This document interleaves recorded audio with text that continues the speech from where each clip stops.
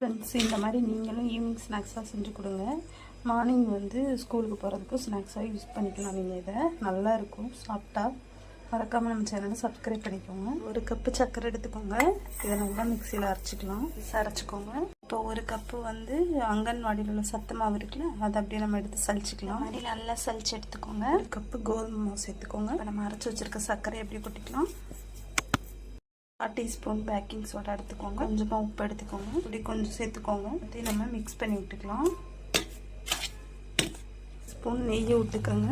கொஞ்சமாக தண்ணி விட்டு, ஒரு கப் தண்ணி எடுத்து இப்படி விட்டு நல்லா பிணைஞ்சிக்கோங்க. இந்த பதத்துக்கு நல்லா பிணைஞ்சிட்டு இந்த மாதிரி எடுத்து வச்சுக்கோங்க.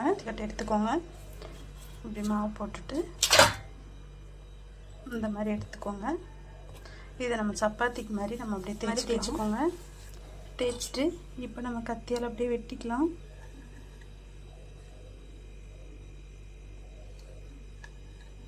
பாருங்க, இந்த மாதிரி கட் பண்ணி எடுத்துக்கோங்க. ஒன்றுனா இந்த மாதிரி வச்சுக்கோங்க.